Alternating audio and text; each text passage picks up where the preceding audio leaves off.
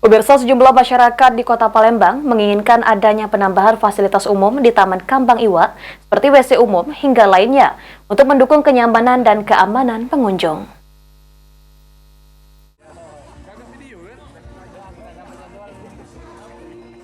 Kawasan Kambang Iwa menjadi salah satu taman kota yang menjadi ikon wisata di Palembang. Banyak masyarakat yang menginginkan adanya penambahan dan perbaikan fasilitas umum di kawasan tersebut. Zaki, salah seorang warga, mengatakan fasilitas umum seperti WC yang perlu ditambah, lalu jalur lintasan untuk para penyandang disabilitas. Alhamdulillah sudah bagus dari sebelumnya yang kemarin banyak rata-rata, terus kalau hujan tuh licin ini, insya Allah mungkin kalau hujan tidak licin lagi karena sudah diperbaiki jalan. Oke.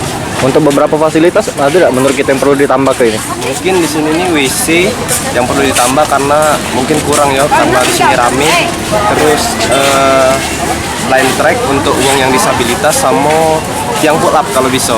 Jadi kami ini yang muda-muda pacak olahraga di sini. Hal senada juga dikatakan Kemas Muhammad Zailani mengatakan kondisi jogging tracks di Kambang Iwa saat ini sudah jauh lebih bagus daripada sebelumnya. Namun ada beberapa fasilitas yang harusnya ditambah seperti WC umum serta tempat minum gratis bagi masyarakat.